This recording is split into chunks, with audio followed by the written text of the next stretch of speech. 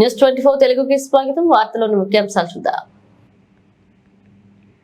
జన్నరం police station పరిధిలోని కవ్వాల్, లోతర్రే, దేవునిగూడ, కిష్టాపూర్ గ్రామాలను సందర్శించి ప్రజలు, యువత, గ్రామ పెద్దలతో, ఆదివాసీ సంఘాల నాయకులతో ఈరోజు Ramagundam police commissioner Srinivas IPS మాట్లాడారు.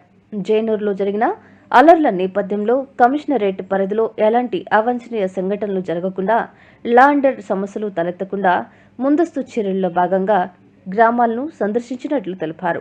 సోషల్ మీడియాలో వదంతులు వ్యాప్తి చేసేవారిపై మరియు గ్రూప్ అడ్మిన్లపై చట్టపరమైన కఠిన చర్యలు తీసుకుంటామని హెచ్చరించారు. ఈ కార్యక్రమంలో ఆయన వెంట Mancherial ACP Prakash, Bellampalli AR DSP Surender, special party ఆర్ఐలు సంపత్ కుమార్, వామన్ కుమార్, స్థానిక ఎస్ఐ గుండేటి రాజవర్ధన్ ఉన్నారు.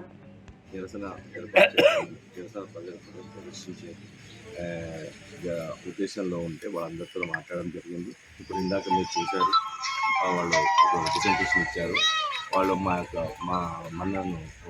రిక్వెస్ట్ని మన్నించి రోడ్డు మీదకి రాకుండా, ఎలాంటి అవాంఛనీయ కార్యక్రమాలకు పాల్పడకుండా జన్నారం మండలిలో ఒక రిప్రజెంటేషన్ మాత్రం ఇచ్చారు. మేము వాళ్ళకి మా రిక్వెస్ట్ మన్నించినందుకు మేము థ్యాంక్స్ చెప్తున్నాము. అలాగే ఇతర కమ్యూనిటీ సోదరులకు కూడా మేము చెప్పేది ఏంటంటే, మీరు ఈ హింసాకాండకు పాల్పడడం అనేది మంచిది కాదు.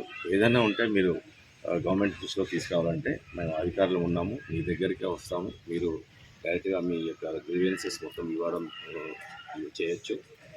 ఎక్కడ పోలీస్ స్టేషన్కి వెళ్ళినా మీ అందరికీ ఇన్స్ట్రక్షన్లు ఇవ్వడం జరిగింది. నా కమిషనరేట్లో ఏ పోలీస్ స్టేషన్కి వచ్చినా మీరు సాధారణంగా మేము గౌరవించి మీ యొక్క రిప్రజెంటేషన్ తీసుకోవడం జరుగుతుంది.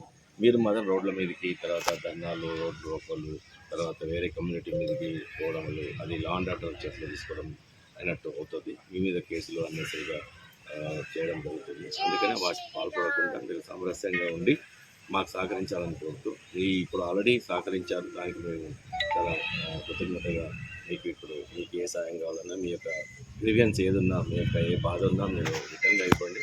ఆల్రెడీ ఇప్పుడు ఇచ్చారు, నేను గవర్నమెంట్కి పంపిస్తాను. దాంట్లో కూడా ఆ కేసులో కూడా ఎవరైతే నిందితులు ఉన్నారో ఆల్రెడీ అరెస్ట్ చేయడం జరిగింది.